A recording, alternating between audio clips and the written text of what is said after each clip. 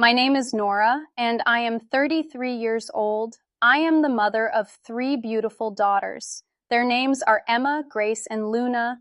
They mean everything to me. I love them more than anything else. Life has not been easy for me. My mother passed away when I was young, and my husband left me when our youngest daughter was just a baby.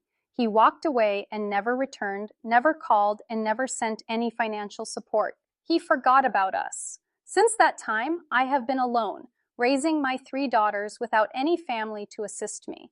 I do not have a large house or extra money. I live in a small apartment in Willow Creek. Every month, I pay rent and worry about finances. I do not have a good job, nor do I possess a college degree, which limits my options. However, I am resilient. I never give up. I work as a cleaning lady without a company or agency. Each month, I seek out homes and offices that require cleaning services. I carry my own supplies and work all day, often late into the night. I scrub floors, clean bathrooms, and take out the trash. Some clients are kind, while others are rude, and some do not pay. Nevertheless, I persist because I need the money to buy food, clothing for my daughters, and to pay rent.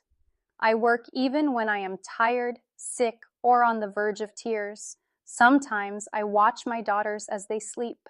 They appear so peaceful and beautiful. I touch their small hands, kiss their foreheads, and whisper, "I love you."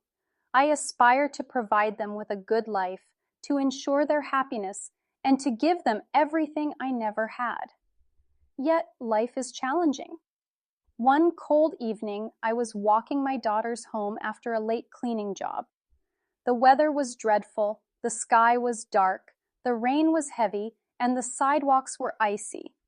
Emma held my hand tightly while Grace and Luna walked closely behind. "Mama, I'm cold," Luna said, as she was only 5 years old. "I know, sweetie."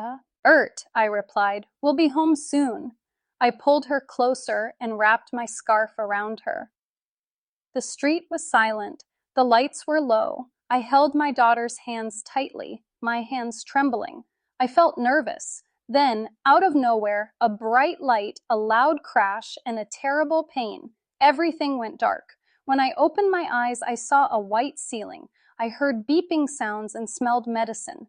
I was in the hospital. I tried to sit up, but my body ached. My head felt heavy, and my arms were weak. Then I remembered the accident. My daughters, where were they? I tried to speak. "Emma, Grace, Luna," I whispered, but my voice was dry and my throat hurt.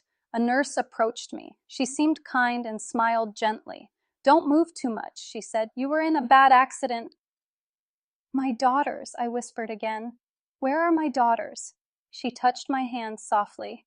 "They are here. They are safe." Tears filled my eyes. I wanted to see them. A few minutes later, the door opened and three small figures rushed into the room. "Mama!" they cried, hugging me tightly, holding my hands and kissing my face. I began to cry, holding them as tightly as I could. Then the doctor entered the room looking serious. He had bad news. "You have a broken leg," he said. "You need surgery and time to heal." Panic set in, but I thought about work. I had to pay rent and feed my daughters.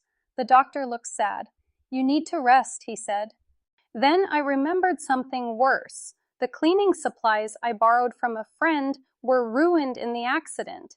And the worst part was that I had accidentally damaged the front of a luxury store during the fall. The owner wanted $20,000. I had nothing. I felt broken. I covered my face with my hands and cried. My daughters held me, and they cried too. I felt lost and hopeless. The next day, something unexpected happened. My story spread online. People read about me and saw pictures of my daughters. They witnessed my suffering, and many kind people sent money. They wanted to assist me. Then one day, I received a phone call. A deep voice said, "I heard your story. I want to help you." I felt scared and asked, "Who are you?" He replied, "You will see soon." 2 days later, a group of people arrived at the hospital. They brought flowers and warm clothes for my daughters. Then a young man entered. He had kind eyes, smiled at me, and sat beside me. "You don't know me," he said, "but I know you." I was puzzled and asked, "Why do you want to help me?" He smiled and said, "Because I can." I began to cry, unsure of what to say. He touched my hand and said, "You don't have to say anything." A few days later, something incredible happened. The young man and his team covered my hospital bills, relieving my worries. But that wasn't all. One day, they took my daughters and me to a new place, a big, beautiful house. "This is for you," they said. I stared at them, speechless and breathless. I whispered, "Yes?"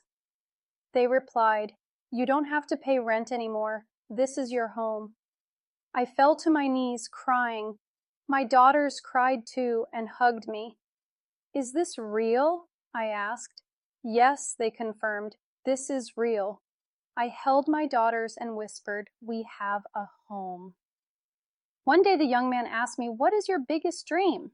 I wiped my tears and said, "I want to open a bakery." He smiled and said, "Then let's make it happen." And he did. A few months later, I opened my own bakery filled with fresh bread, warm pastries, and happy customers.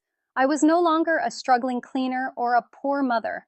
I was a businesswoman. I was strong and happy. I will never forget that young man. He changed my life. He taught me something important. There are kind people in this world who want to help, and sometimes miracles are real. I started with nothing, and now I have everything: a home, a job, and most importantly, a happy family.